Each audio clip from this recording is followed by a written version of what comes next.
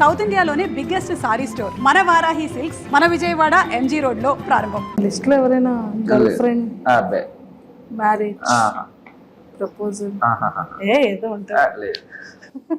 ఏ army before వరకు love story ఉందని విన్నానే. అది ఉంటే బ్రేకప్, అది బ్రేకప్ అయింది. ఎలా? అది మొత్తం చాలా పెద్ద స్టోరీ అండి బాబు. అది పెద్ద స్టోరీ అయిందండి బాబోయ్. ఎందుకండి? అంటే స్టోరీ అంటే ఏముండదు.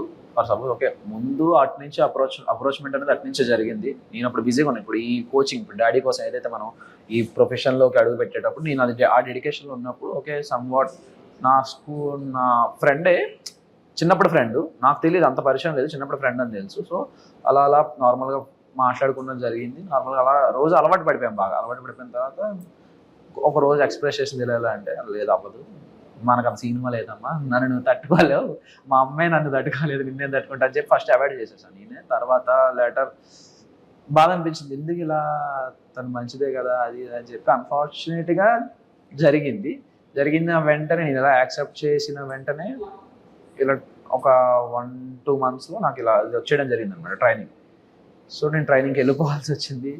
వెళ్ళిపోయిన తర్వాత కూడా బాగానే ఉంది. తర్వాత మధ్యలో ఏమైందో తెలియదు, మెసేజెస్ లేవు, కాల్స్ లేవు. సో అది కూడా ఒక నా తప్పలేండి. అంటే తప్పు అంటే నా బ్లండర్ ఏమైందంటే, నేను ఒకరోజు లీవ్కి వస్తున్నా, ట్రైనింగ్ మధ్యలో ఒకరోజు లీవ్కి వస్తుంటే, సో కలవమన్నారు, ఇలా కలవండి మా ఇంట్లో వాళ్ళని, ఇలా మా మావయ్యని కలువు అని అంటే, నేను ఓకే దాన్ని ఏమైనా కలుద్దాం ఓకే అని చెప్పి కలుద్దామని చెప్తే, ఆవిడ ఆ రోజు నేను ఫ్లైట్ నైట్ దిగితే, ఆ రోజు నైట్ టైం అయింది కదా, వద్దు బాబు అన్నాడు. తర్వాత మరుసటి రోజు నాకు ప్రాక్టికల్ ఎగ్జామ్స్ ఉన్నాయి. ఆ ప్రాక్టికల్ ఎగ్జామ్స్ చూసుకొని అది కూడా 6-7 అయిపోయింది. ఇప్పుడు అక్కడ నుంచి 50 kilometers డ్రైవ్, నైట్ 9 అయిపోతుందమ్మా, రేపు మార్నింగ్ రా అంటే, ఓకే సార్, నాకు మార్నింగ్ నైట్ అదే రేపు ఆఫ్టర్నూన్ నాకు 3 ఫ్లైట్, నేను మార్నింగ్ వచ్చి మిమ్మల్ని కలుస్తానని చెప్పి మార్నింగ్ రెడీ అవుదాం అనుకుంటే, సో అక్కడ వెదర్ నాకు ట్రబుల్ ఇచ్చింది అనమాట. అక్కడ కలకత్తాకి వెళ్ళాల్సిన ఫ్లైట్ వేరే సమ్ సోర్సెస్ వల్ల ఫ్లైట్ ప్రీపోన్ లా అయింది. సంథింగ్ టైమింగ్ సరిగ్గా నాకు కనెక్ట్ అవ్వలేదు, సెట్ అవ్వకపోవడం వల్ల నేను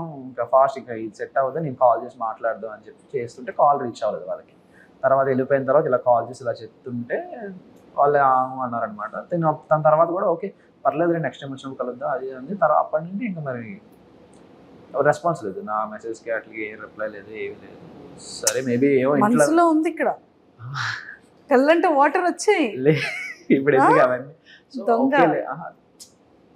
అంటే నేను ఎలా ముందు చాలా అరగంట ఉండేవాడు మనిషిని అసలు. ఓకే బేసిక్గా నాతో మంచిగా మాట్లాడితే ఓకే, మాట్లాడకపోయినా నేనేం వేరే వాళ్ళ గురించి బేసిక్గా ఆలోచించాను. ఎందుకంటే నా గురించి నేను ఆలోచించడానికి నాకు టైం సరిపోదు, అంత ఆలోచించుకుంటా నా గురించి. సో వేరే వాళ్ళ గురించి ఆలోచించే పర్సన్ కాదు బేసికల్గా.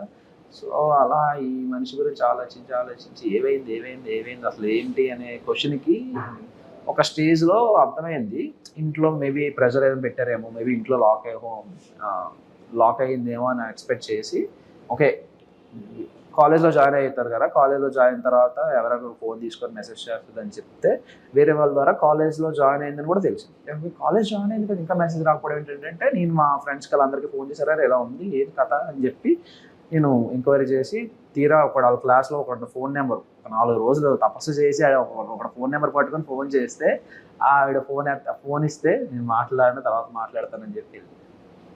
తర్వాత ఒక స్టేజ్లో నేను ఇంటికి వెళ్ళాను. నాకు లీవ్ దొరికిన వెంటనే ఎప్పుడైతే నాకు ట్రైనింగ్ అంతా అయిపోయిందో దాదాపు ఒక 8 months తర్వాత నాకు లీవ్ దొరికింది. 8 months వరకు లేదు. 8 monthsకి లీవ్కి వెళ్ళిన తర్వాత వాళ్ళ ఇంటికి వెళ్ళాను.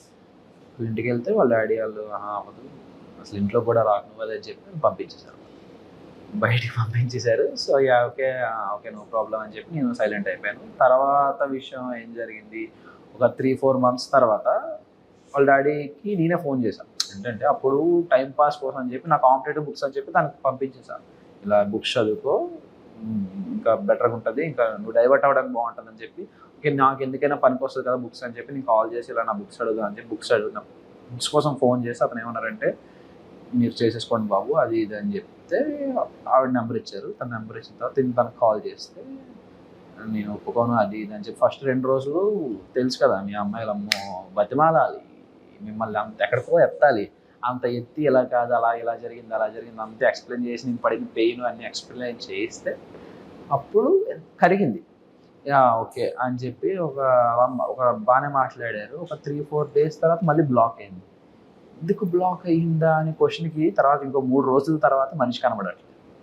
ఏమైంది మనిషి అంటే ఇంకో అఫేర్. ఇది twist, final twist, Pokiri level twist ఇది. ఎవరితోనో వేరే అబ్బాయితో ఎవరితోనో సంభవం అఫేర్ ఉంది. వాళ్ళ ఇంట్లో కూడా తెలుసు, అందుకే నిన్ను ఒప్పుకున్నారు. వాళ్ళ ఇంట్లో తెలిసే కాబట్టి నేను ఒప్పేసుకున్నారు. నువ్వు బెటర్ ఉన్నావు వాళ్ళకన్నా, వాడికన్నా నువ్వు బెటర్ ఉన్నావు అని చెప్పి ఒప్పేసుకున్నారనే తను వెళ్ళిపోయింది. ఎక్కడ నీకు ఏముంటుందో అని చెప్పి. చాలా గట్టి దెబ్బ తగిలింది. ఓకే, కానీ పెయిన్ ఉంది కదా, అంటే ఎఫర్ట్స్ ఉంది కాబట్టి. ఓకే ఓకే, హీరో ఎప్పుడు కూడా అవన్నీ అయిపోయాలండి. ఇప్పుడు అవన్నీ మన గురించి ఎవరు పట్టించుకోవడం కూడా ఇవన్నీ చాలా చాలా చూసా అంటారు ఇలాంటి. ఓకే ఓకే ఓకే ఓకే, ఇలాంటివి చాలా చూస్తాను. సర్లే అనుకుంటా అన్ని జరుగుతాయి. అదే కదా, అంతే. సో ఇప్పుడు నిజంగా అందులో ఉండుంటే ఇందులో రాగలడా అగ్ని పరీక్షకి?